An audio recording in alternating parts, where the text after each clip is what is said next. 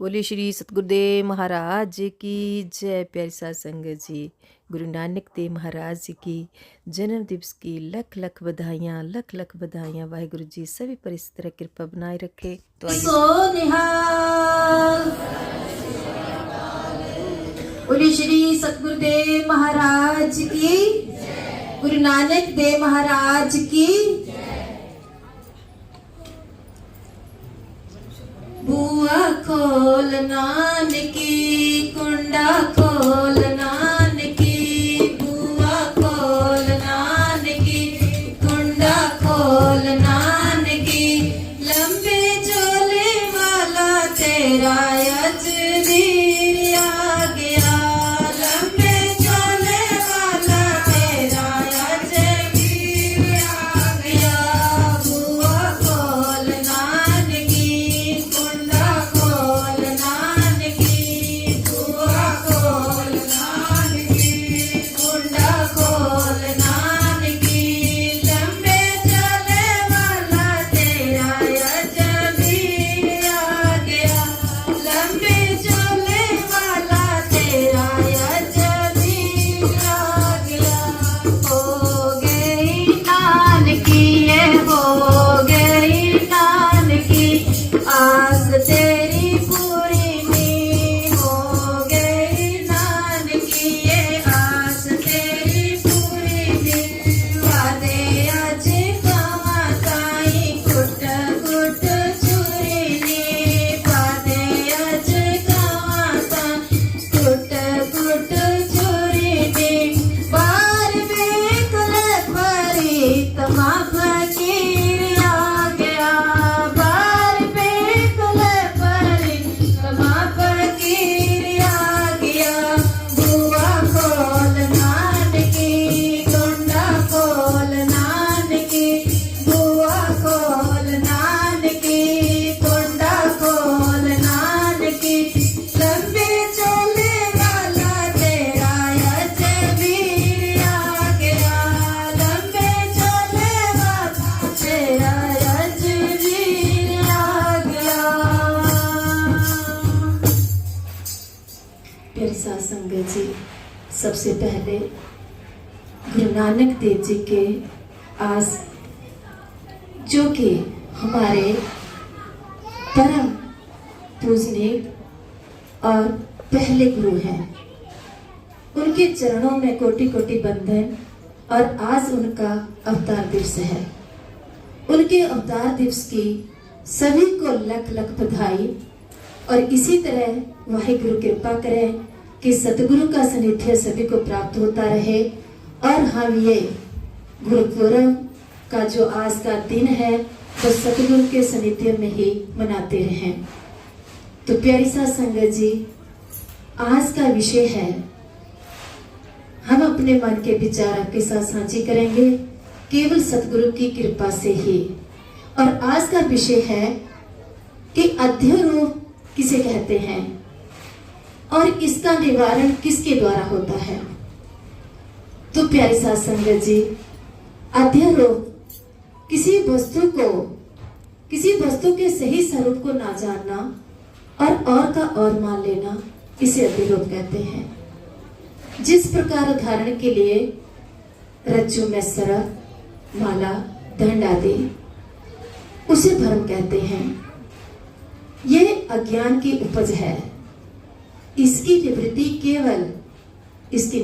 केवल उसके सत्य स्वरूप के सही ज्ञान से ही होती है। उसको प्रत्यक्ष देखेंगे तो ही उसकी निवृत्ति होगी, वरना उसकी निवृत्ति नहीं होती। हमेशा के लिए उसका भ्रम बना रहता है। यह प्रकृति, यह सृष्टि में केवल एक ही सत्य और सनातन वस्तु है। और यह प्रकृति में ही, यह सृष्टि प्रकृति से सृष्टि में ही उपजती है और सृष्टि में ही विलीन हो जाती है। जिस प्रकार प्रकाश के होने पर, यानी प्रकाश के जलने पर रज्जु का हमें प्रत्यक्ष ज्ञान हो जाता है, उसी प्रकार इस जगत और ब्रह्म की भिन्नता का ज्ञान हमें उसके सत्य प्रकाश से ही प्रत्यक्ष देखने से होता है। और इसी प्रकार हमारे सभी शास्त्रों में आता है कि जितना भी अधिक से अधिक इसमें मिलता है तो वेदांत के पठन पाठन में ही लगाना चाहिए। क्यों लगाना चाहिए? क्योंकि वहां सत्पुरुषों का संग प्राप्त होता है, और जब जितना सतगुरु का सत्पुरुषों का संग प्राप्त होता है तो जितने भी हमारे दुर्गुण विचार होते हैं वो अपने आप नष्ट हो जाते हैं।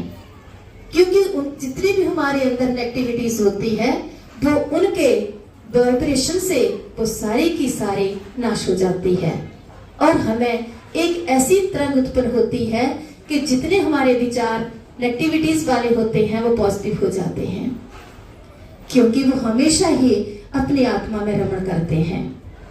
और हम जितने बाहर जितना किसी व्यक्ति का संग करते हैं उतने उनके नेगेटिविटीज वाले विचार हमारे अंदर प्रवेश करते हैं।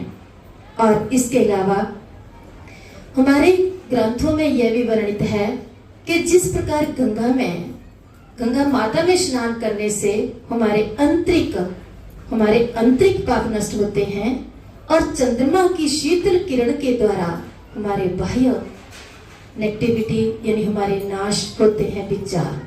और एक कल्पवृक्ष का पेड़ सभी ने सुना होगा, वो हमें इतना सुख प्रदान करता है, इतने हमारे आर्थिक अवस्था स्थिति ठीक करता है कि हमारे देव आदि के विचार भी वो नष्ट कर देता है। क्योंकि व्यक्ति जब उसके पास इतनी धन दौलत आ जाती है तो वो संत का संग करना ही नहीं जानता, क्योंकि वो उस माया में इतना उलझ जाता है कि उसे सत्पुरुषों के पास जाने का समय ही नहीं मिलता। तो इसलिए कहा जाता है कि सतगुरु एक साधु जो है वो इन तीनों में अलग अलग एक विचार है, लेकिन साधु के अंदर इन तीनों को नष्ट करने की क्षमता होती है।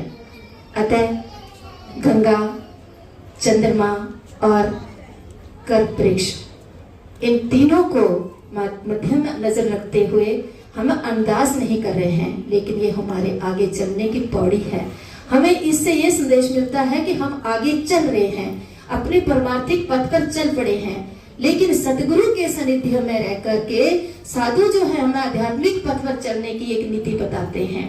और वो नीति ही हम अगर अपने मन में अच्छे आचरण में उसको लाते हैं तो कोई ऐसा व्यक्ति नहीं है कि जो इस जीवन में आया है और ऐसा ही चला जाए, वो अपने जीवन को अवश्य ही सफल कर लेगा। इस पर एक छोटी सा साखी है। एक बार गुरु नानक देव जी अपनी आत्मा में रमण कर रहे थे, और रमण कर रहे थे वो तो हमेशा ही अपनी मस्ती में रहते थे। और जब वो एक बार बैठे हुए थे किसी पीपल के पेड़ के नीचे, तो एक सिख आया, वो बहुत गरीब था और कहने लगा, हे गुरुदेव, मैं बहुत गरीब हूँ और मुझ गरीब का कुछ निवारण कीजिए। मैंने सुना है कि आप भूखे को भोजन देते हो, और जिसके पास घर मकान नहीं होता है तो आप उसकी आर्थिक सहायता करते हो। तो मैं एक बहुत गरीब व्यक्ति हूँ, मेरे पास कुछ भी नहीं है। गुरु नानक जी मुस्कुराए और कहने लगे कि तेरे पास कुछ भी नहीं है, मुझे नहीं लगता कि तू गरीब है, मुझे तो लगता है कि तेरे पास ईश्वर ने बहुत धन दौलत दी है कि शायद वो किसी के पास नहीं होगे। वो गरीब मुस्कुराने लगा, और उसने मतलब वो दुख में मुस्कुराया। तो उसने कहा, महाराज मेरे पास वाकई ही कुछ नहीं है। तो गुरु नानक देव जी कहने लगे कि देख, जो तेरी ये मुस्कुराहट है वो किसी व्यक्ति को मन को शांत कर सकती है। जो तेरे पास ईश्वर ने मुस्कुराहट दी है वो किसी व्यक्ति को खुश कर सकती है, उसके मन को शांत कर सकती है। और ईश्वर ने जो तुझे ये दो हाथ दिए हैं वो किसी की निस्वार्थ की सेवा करके तेरा जीवन सफल कर सकती है। जो तुझे ये दो पग दिए हैं ईश्वर ने, इन पगों से चल करके तुम किसी मंदिर, गुरुद्वारे, मस्जिद में जाकर कोई सत्संग अटेंड कर सकते हो। और जो तुम्हें ये इतनी अच्छी जीवा दी है जिससे तुम कई प्रकार के रस का स्वाद लेते हो, इस जीवा से तुम वाणी, इतनी मीठी वाणी के बोल बोल कर किसी का मन शांत कर सकते हो, उसे खुश कर सकते हो, उसे पसंद कर सकते हो।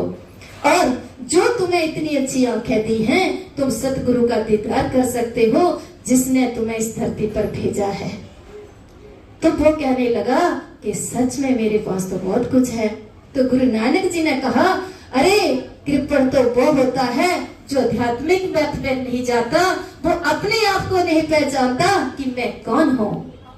जिसके पास धन नहीं, दौलत नहीं, गाड़ी नहीं, घर नहीं, वो गरीब नहीं है। क्योंकि भगवान ईश्वर जिसने तुझे जन्म दिया है वो भोजन तो तुम्हें अवश्य देता है, रहने का प्रबंध भी उसी का जिम्मा है।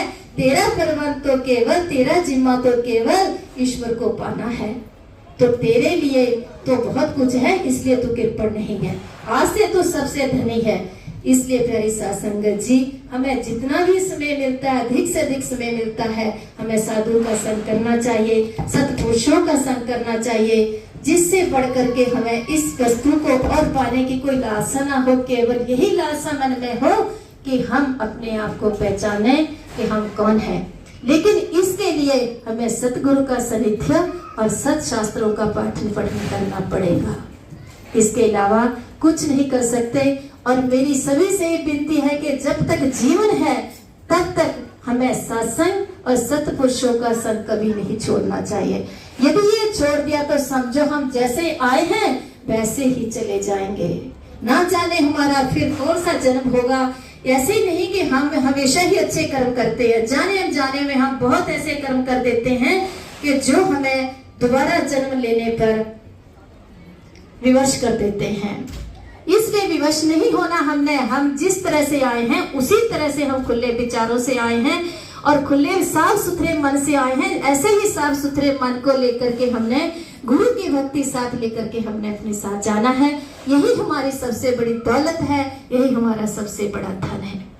तो प्यारी साध संगत जी, इन्हीं शब्दों के साथ मैं अपनी वाणी को विराम देती हूँ और दूरों नेड़ों चल के आई संगत का बहुत बहुत धन्यवाद करती हूँ। तहे दिल से आभारी हूँ कि जिन्होंने अपना इतना कीमती समय निकाल करके हमारे इस फंक्शन को सुंदर बनाया और सभी ने अपने अपने मन के विचार प्रकट किए। और पिछले कल से 2 दिनों से लंगर, गुरबानी, सत्संग विचार चल रहे हैं और इसी तरह आप हमेशा ही सतगुरु के सानिध्य प्राप्त करते रहें। वाहेगुरु सभी पर कृपा बना के रखे और एक बार सभी को गुरु नानक देव जी के जन्म दिहाड़े की लख लख बधाई। वाहेगुरु जी का खालसा, वाहेगुरु जी की फतेह। बोले सो निहाल। गुरु नानक देव महाराज की, गुरु नानक देव महाराज की। प्यारी साध संगत जी, सुबह पकौड़े खाए हैं, आवाज नहीं आ रही है।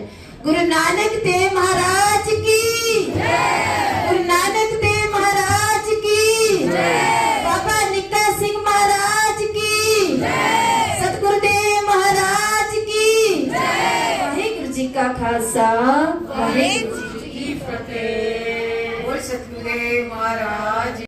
वाहिगुरु जी का खालसा, वाहिगुरु जी की फतेह। प्यारी साध संगत जी, ये थी बीबी नीलम राणा जी जिन्होंने अपने मन के विचार प्रकट करे साध संगत के साथ। ये गुरु जी का महान उनके ऊपर कृपा है और जो कुछ भी बुलाते हैं वो बोले जाते हैं। अपनी तो इंसान की कोई शक्ति ही नहीं, कोई ताकत ही नहीं।